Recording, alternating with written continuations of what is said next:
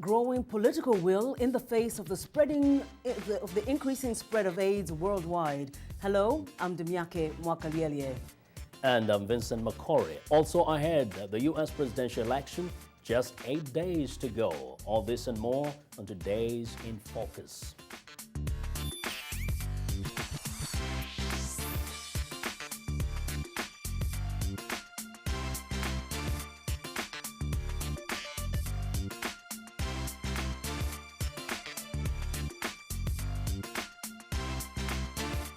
Well, Demiake will let our viewers know a little later in the show what the U.S. presidential candidates are doing this week.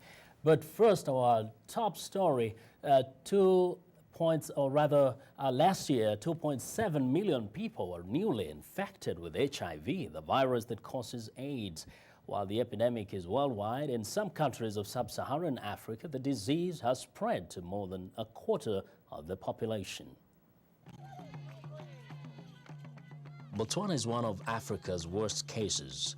A whole generation is at risk.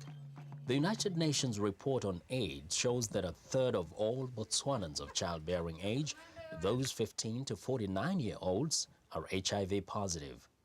Former President Festus Mogae.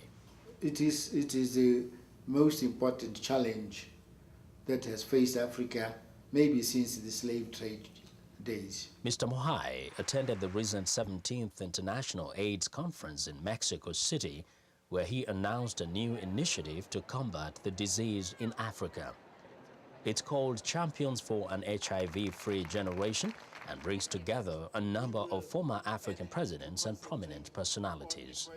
Because here we are, we're now independent, and most of us are managing our affairs and resources reasonably. And AIDS is negating everything we are doing. UNAIDS estimates that women make up 62% of all adult cases of HIV and AIDS in Africa. Stephen Lewis is the co-director of an international advocacy organization called An AIDS-Free World. He once served as the UN Special AIDS Envoy to Africa. I realized not only the extent of the carnage, but that the most vulnerable were always the women and girls. It was unbelievable. And the extent of the disproportionate vulnerability, the disproportionate number of infections, meant that the women were paying a heartbreaking and inconceivable price. Spiwe Tlope from Swaziland lives with the HIV virus. She says AIDS not only has a woman's face, but in some African communities causes added misery to women. Her husband kicked her out of her home after discovering she was HIV positive. I had 4 children with him, and then I was so much faithful to him, so he blamed me.